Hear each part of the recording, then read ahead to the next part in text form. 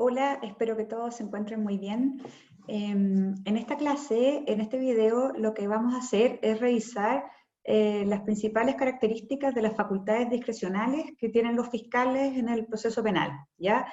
Las facultades discrecionales se dirigen básicamente a ciertas circunstancias que permiten que los fiscales no lleven adelante investigaciones por la comisión de delitos, o si bien las iniciaron, puedan ponerle término, ¿ya?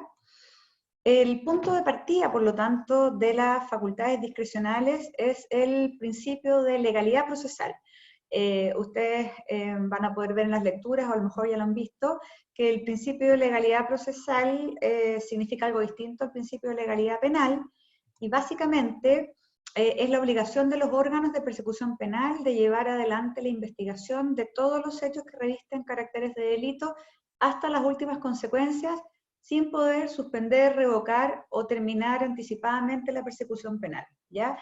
Por lo tanto, la primera idea es que las facultades discrecionales solamente se entienden dentro de un sistema que obligue a perseguir y por lo tanto le dé un espacio a la posibilidad de no perseguir, ¿ya? Hacer una excepción al principio de legalidad. ¿Cuáles son los orígenes del principio de legalidad procesal? En el sistema inquisitivo había motivos institucionales, ¿no es cierto? La persecución penal pública, como ustedes saben, surgió a propósito de este sistema e imponía una obligación a los funcionarios de llevar adelante las investigaciones. También se basa en motivos ideológicos, que básicamente tiene que ver con tanto la Inquisición relativa al pecado como el mundo más civil, el relativo a la lucha contra el delito. Ideológicamente lo correcto es perseguir todo lo que se conoce y ojalá castigarlo en la medida de lo posible, ¿ya? También existen otro tipo de fundamentos de esta idea de legalidad, de perseguirlo todo y ojalá condenar, o llevar al final el procedimiento, también, ¿no es cierto?, puede haber una absolución. En el principio de igualdad, que todos los casos deben ser tratados de la misma manera, por lo tanto, todos los casos que llegan a conocimiento de las autoridades deben tener el mismo trato, esto es investigación y luego juicio. Y también hay un fundamento que tiene que ver con este mito de la no impunidad que aparece en rojo, ¿ya? Es decir, que bueno, que porque el código o la legislación declara que se van a perseguir todos los delitos y se van a llevar adelante las investigaciones, eso va a poder ser así. Y lo cierto es que este principio de no impunidad es más bien un mito, porque está fuertemente cuestionado, porque básicamente al día de hoy se sabe que todos los sistemas son selectivos de alguna manera, ¿ya? De la gran cantidad de delitos que se cometen diariamente, solo una parte mínima de ellos llega a conocimiento de las autoridades, y luego las autoridades filtran de muchas maneras los casos que van a investigarse, y por lo tanto no es real que porque exista principio de legalidad, todos los delitos se van a investigar y van a llevarse eventualmente a un juicio o a una solución judicial, a una condena, ¿ya? No es cierto. Y bueno, y hay muchas razones de selectividad que no son del todo deseables, pueden haber, pero hay muchas otras que tienen que ver con discriminación, con sesgos, con ideas, por ejemplo, de la policía acerca de quiénes merecen o no ser perseguidos, o quiénes, qué víctimas merecen o no tener una investigación criminal de sus hechos, etc. Por lo tanto, esta legalidad absoluta relacionada con la no impunidad está muy fuertemente cuestionada por la criminología. Ahora, ¿qué pasa cuando un sistema que es inevitablemente selectivo igual establece el principio de legalidad absoluta? Bueno, pasa que igualmente va a seleccionar casos, ¿ya? Pero lo va a hacer a través de mecanismos informales de selección y no de mecanismos formales, y por lo tanto eso da lugar a abusos, arbitrariedades o a tratamiento desigual. no se puede controlar, por lo tanto, la discrecionalidad, porque si es algo que no se reconoce, si no se reconoce que el sistema va a seleccionar, si opera sobre la base de este mito de impunidad, no se puede controlar esa discrecionalidad. Impide, por lo tanto, el desarrollo de políticas generales, o sea que el organismo encargado de la persecución penal, el Ministerio Público en este caso, decida que la verdad es que, bueno, en el entendido de que no se puede perseguir todo, o que no es deseable a veces perseguirlo todo, se van a perseguir ciertos delitos, pero bajo ciertos criterios, que además pueden ser controlables, ¿ya? Además, un sistema contrafáctico y deslegitima el sistema, porque si yo digo que lo voy a poder perseguir todo, pero finalmente no voy a perseguir ni siquiera la mayoría, o no voy a poder llegar a un resultado deseable, ni siquiera en la mayoría de los casos, es un sistema que va a perder legitimidad, ¿ya? Por lo tanto, el estado actual del debate, y ese fue el estado en el que estaba el país cuando se discutió la reforma procesal penal, es asumir que los sistemas son selectivos, y la pregunta más bien es, ¿cuánto de ello voy a regular y qué controles voy a establecer? ¿Ya? Voy a tener que de antemano decidir, bueno, si no lo vamos a perseguir todo porque es imposible o no es deseable, voy a entonces fijar parámetros para decidir en la práctica qué casos van a llevarse adelante y hasta qué punto, y cuáles, la verdad, el sistema no va a procesar, ¿ya? Y por lo tanto, y muy importante, así se va a poder controlar esa actuación, ¿ya? Y en ese sentido, hay dos grandes modelos de regulación de la selectividad en el derecho comparado, muy a grandes rasgos ya, que uno tiene que ver con la discrecionalidad absoluta, y es lo que pasa en Estados Unidos, como paradigmáticamente, y es que el fiscal en general puede seleccionar con una libertad enorme lo que plantea muchos problemas actualmente con respecto a esa discrecionalidad, al poder casi sin contrapesos que tienen los fiscales y a todo el tipo de negociaciones relacionadas al plea bargaining que ustedes van a escuchar en series o en películas, etcétera. Pero hay un sistema de discrecionalidad reglado o de oportunidad restringida, ¿ya? Que ha movido más bien las legislaciones europea continental y América Latina, en que se da un espacio de discrecionalidad al Ministerio Público, al ente de persecución, pero no es ilimitado, ¿ya? Tiende a ser más bien bastante restringido. Esos dos modelos, entonces, son los que se tuvieron a la vista cuando estábamos reformando el sistema. Y me gustaría que ustedes leyeran el artículo 166 del código y pudieran identificar cuál de estos dos modelos fue el que se adoptó, ¿ya? Así que si quieren pueden pausar el video y luego retomar después de que lean el artículo y tener una idea acerca de qué tipo de sistema de discrecionalidad fue el que el código adoptó. Bueno, es evidente que el sistema adoptó la segunda alternativa, ¿ya? Un sistema de discrecionalidad reglada, ¿ya?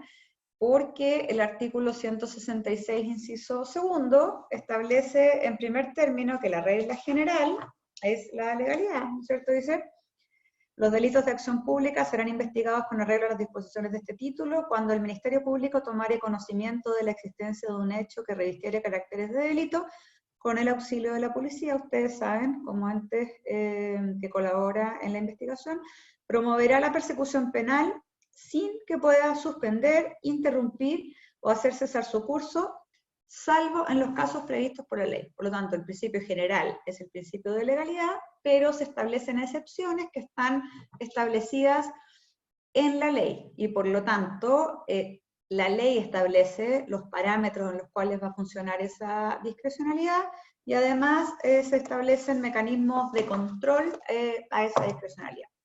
Ahora, es muy importante que ustedes no confundan las facultades discrecionales del Ministerio Público con las salidas alternativas, ya que es otro tipo de forma diferente al juicio en el que puede terminar un procedimiento, pero que no forman parte de estas facultades discrecionales, ¿ya? Las facultades discrecionales son las que están señaladas ahí, es la facultad de no iniciar la investigación, el archivo provisional y el principio de oportunidad.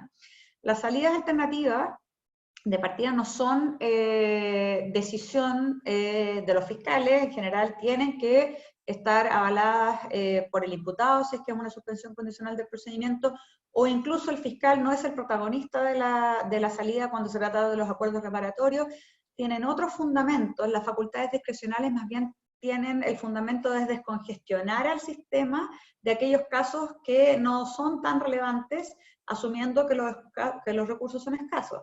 En cambio, las salidas alternativas, como vamos a ver en la otra unidad, tienen por objeto no necesariamente o solo descongestionar el sistema, sino que dar una respuesta más adecuada que el juicio en determinadas circunstancias. Por ejemplo, atendiendo a que el infractor es la primera vez que comete un delito, por ejemplo, atendiendo a que la víctima puede querer privilegiar una reparación en vez de una condena, etc. ¿Ya? Entonces, en general, las facultades discrecionales están pensadas para etapas muy tempranas del procedimiento. Solamente se justifica dejar de perseguir algo en términos de racionalidad económica, incluso cuando efectivamente no gasto ningún recurso o muy pocos recursos en esa investigación. Si es que la investigación se va a terminar de una manera en que no entrega ninguna solución, ustedes ya han visto, ¿no es cierto? Hay otro tipo de formas de cierre, por ejemplo, la facultad, la decisión de no perseverar de los fiscales, pero las facultades discrecionales están pensadas en rápidamente que el sistema haga un descarte de ciertos casos que no vale la pena o no vale la pena investigar por ahora, ¿ya? Entonces, están llamadas a utilizarse en etapas muy tempranas del proceso, ¿ya? Y se tienen un enorme uso en el procedimiento, ¿ya?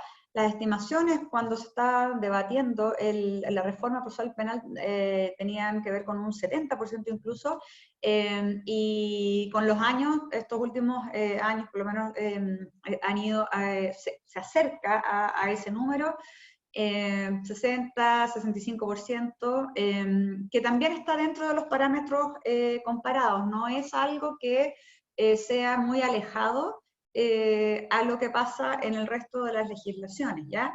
El tema es ver efectivamente que, diría yo, es verdad que los sistemas procesales penales no pueden perseguir la mayoría de los casos de la manera tradicional que nosotros creemos, ¿no es cierto?, tenemos en la cabeza de un juicio y una decisión del tribunal.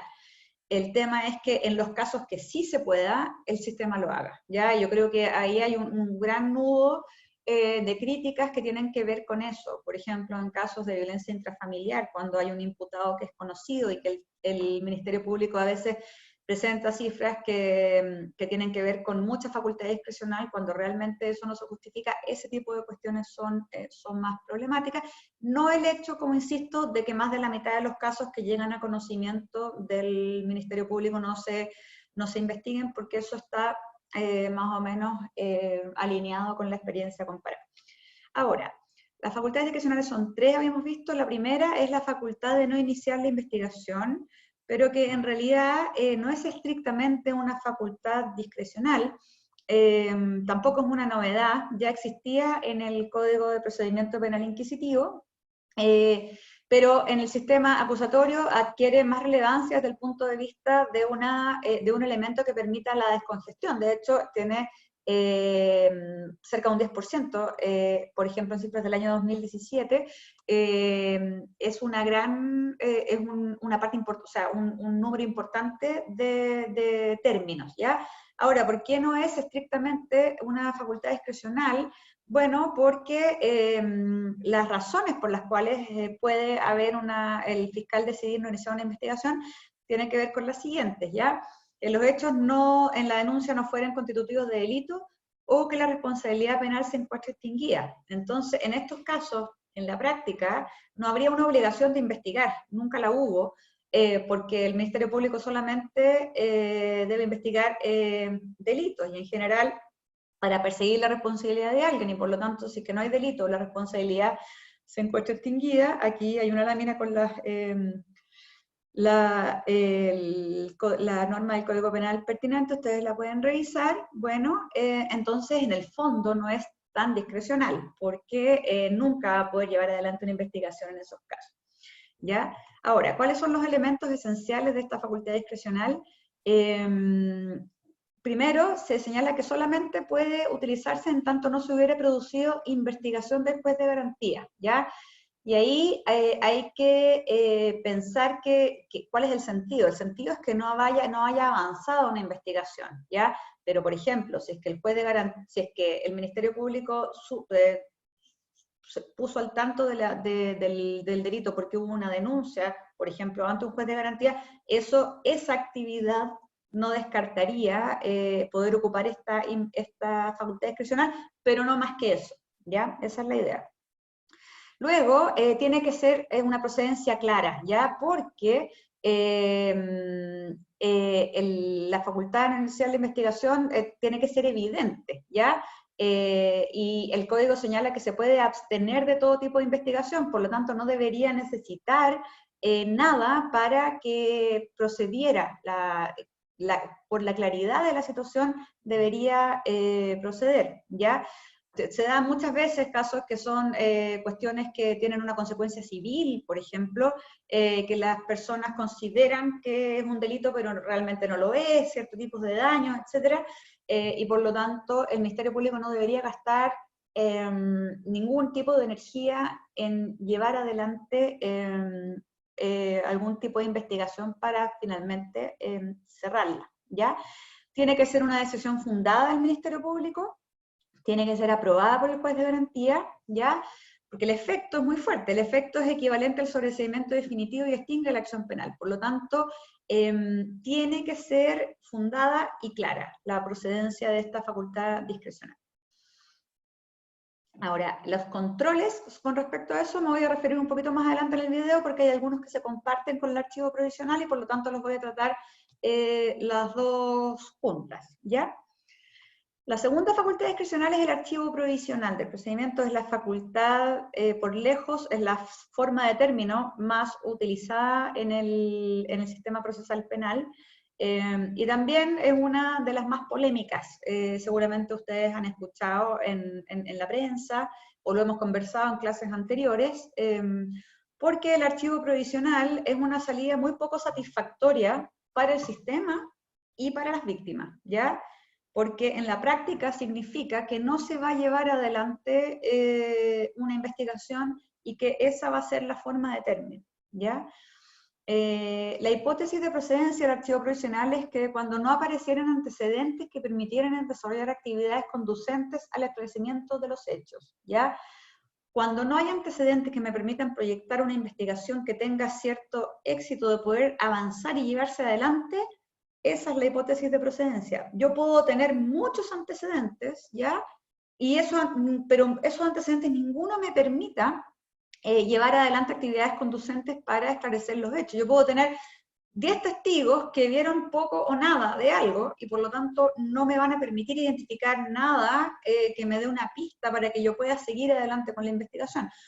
Por otro lado, puedo tener solamente un antecedente que sea muy potente y que me permita muchas líneas de investigación y por lo tanto, aquí lo importante es que la calidad de los antecedentes o de la información que tengo hasta el momento le permita al Ministerio Público llevar adelante diligencias que tengan cierto resultado, ¿ya? Es una facultad discrecional que tiene que ver con una cosa súper realista acerca de lo que puede o no puede hacerse, ¿ya?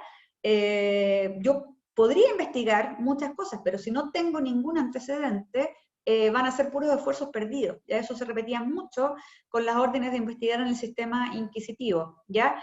Y acá se trata de hacer un juicio en relación a las restricciones que tiene el sistema para investigar los casos, ¿ya? No es que se traten necesariamente de delitos que son investigables o inimvestigables, sino que dentro de las restricciones que tengo, del presupuesto que tengo, de las circunstancias que rodean y de los antecedentes que tengo a mano, si es que tengo un nombre, si es que tengo una dirección, si es que tengo una imagen que me pueda llevar a investigar más y de ahí yo como fiscal pueda obtener mayores antecedentes, bueno, sí tengo que seguir adelante la investigación. Si no tengo nada o tengo muy poco o dentro del ambiente restrictivo del en el que me muevo, lo más probable es que eso no vaya a llevar a nada, bueno, ahí es procedente que yo opte por este archivo provisional, ¿ya? Tiene que ver entonces justamente con lo que mencionábamos hace un tiempo, con la racionalización de la persecución en etapas tempranas. También comparte con la facultad de iniciar el que no tiene que haber habido intervención del juez de garantía, ¿ya? Y en la práctica se trata de delitos de menor o mediana gravedad, aunque el código, como ustedes si leen bien la disposición, no establece una restricción en términos de pena, ¿ya? Sí es evidente que si se trata de un delito de mayor gravedad, el Ministerio Público va a estar más dispuesto en gastar más recursos de tiempo y otro tipo de recursos para investigar. También lean bien la disposición del artículo 167, inciso segundo, que fue que se incluyó la necesidad de aprobación del fiscal regional en caso de que el delito que se investiga tuviera asignada una pena efectiva. El impacto, como les decía, es enorme, cerca del 50% de los casos de todo el sistema se terminan de esta manera, y hay una gran diferencia entre cuando hay un imputado conocido o un imputado desconocido. Eso es lógico, porque si no hay una idea de quién puede ser el imputado, es mucho más difícil perseguir. Por eso yo creo que es importante que ustedes analicen esta institución desde esa perspectiva, no es de la perspectiva de que, más del 50% de los casos no se persiguen, entonces el sistema no funciona para nada, sino que el análisis es algo más complejo que eso. De hecho, en situaciones similares a las que plantea el archivo provisional en Alemania y en Francia, cuando no hay identificación del hechor, también hay hartos porcentajes de casos que no se pueden investigar, ¿ya? Ahora, los problemas principales acá, creo yo, es que el efecto es que el caso se congela o se para, pero eventualmente podría reactivarse, ¿ya?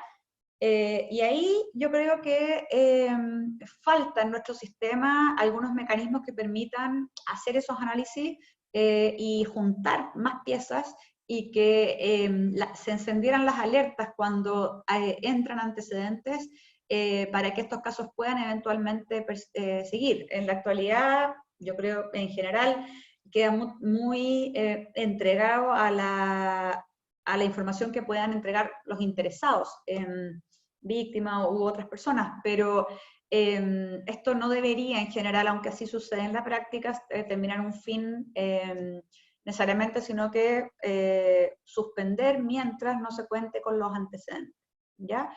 Y bueno, y el otro tema muy fundamental es que cómo se comunica esto, tanto a la comunidad en general como a la víctima en particular, y ahí hay varios problemas. Yo creo que el Ministerio Público ha sido un poco, es un tema súper difícil. Yo no es que tenga una crítica absoluta, porque cuando hay que ir a decirle a alguien que su caso no va a ser investigado porque no hay antecedentes, no hay forma de comunicarlo de una manera que sea muy comprensible, ¿ya? O muy aceptable.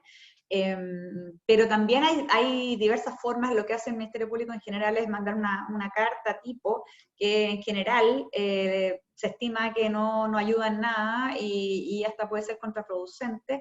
El Ministerio Público debería encontrar ciertas formas de comunicación a lo mejor más cercanas para que esta sensación de desprotección o de que el sistema no hace nada no afecte en términos personales a las víctimas y nos genere una sensación de ineficiencia generalizada, ¿ya? Ahora, ¿cuáles son los controles para ambos tipos de salidas discrecionales? Bueno, yo les decía que en ambas la víctima puede reclamar mediante una querella, y si es que se acoge, el Ministerio Público tiene que seguir adelante con la investigación, tanto en la facultad de no iniciar como en el archivo provisional. Y específicamente la facultad de no iniciar debe ser aprobada por el juez de garantía, ¿ya? Y el archivo provisional, cuando se trata de delitos de pena efectiva, como habíamos señalado, tiene que ser aprobado por el fiscal regional, y además se puede reclamar ante el Ministerio Público, ¿ya? Y la tercera facultad discrecional es la más propiamente discrecional, diría yo, de las tres, es el principio de oportunidad, ¿ya? Restringido, no al principio de oportunidad amplio que está regulado en el artículo 170, y que básicamente la hipótesis de procedencia es que se trate de un hecho que no comprometa gravemente el interés público, que la pena mínima asignada al delito no exceda de presidio o reclusión menor en su grado mínimo, y que no se trate de un delito funcionario público en el ejercicio de sus funciones.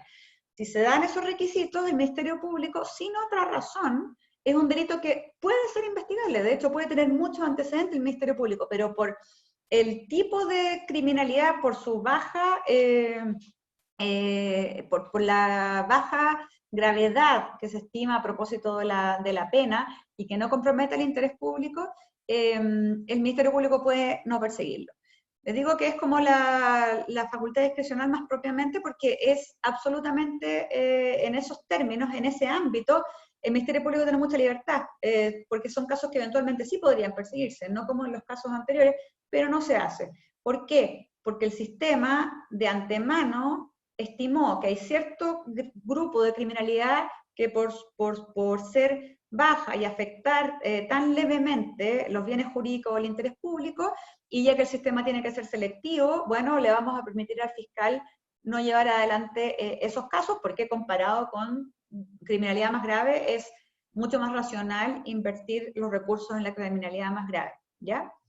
En general, en delitos sin víctima, cuasi delitos, ¿no es cierto?, cuando el imputado puede resultar lesionado, en general, delitos menores, ese es el ámbito de aplicación del principio de oportunidad, que no se aplica en un porcentaje tan pequeño de los casos como ustedes lo están viendo ahí, pero que sí se ha intentado regular esto a través de esta ley, ¿no es cierto?, hace pocos años atrás, con la idea de que no hay que darle, ¿no es cierto?, tanta discrecionalidad a los fiscales en esto, sino que tiene que regularse a través de instrucciones generales, por ejemplo, a través de esta modificación legal, para hacer un uso racional. Como les digo,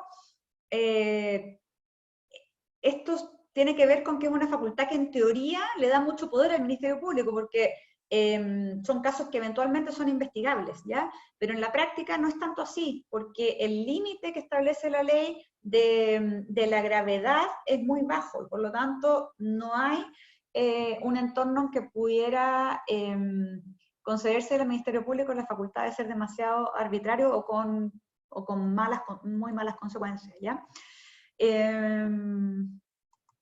Entonces, ¿cuál es el efecto del principio de oportunidad? Se extingue la acción penal, ¿ya? Y por lo tanto, como tiene esta amplitud con respecto el fiscal, dándose las condiciones, puede, sin otra razón, llevar adelante una facultad discrecional como esta, los controles tienden a ser más fuertes que en las otras facultades, ¿ya? Tiene que ser una decisión motivada por el fiscal, tiene que ser notificada al juez de garantías, quien además la tiene que notificar a los intervinientes dentro de 10 días. El juez puede de oficio o a petición de los intervinientes dejarla sin efecto, pero no por el mérito, sino que por motivo de ilegalidad, que la situación no caiga, ¿no es cierto?, dentro de las hipótesis que establece el artículo 170, ¿ya? Y cualquier reclamo de la víctima, no a través de una querella como en las anteriores, sino que cualquier reclamo obliga a rechazarlo, ¿ya? Además, a los 10 días tiene la víctima para reclamar ante el Ministerio Público si es que el fiscal la hubiera llevado adelante, ¿ya? Estos son los principales elementos de las facultades discrecionales, y vamos a trabajarlas más específicamente en la clase a propósito de casos concretos para ir viendo cuáles son cada una de sus hipótesis de procedencia y su característica. Gracias.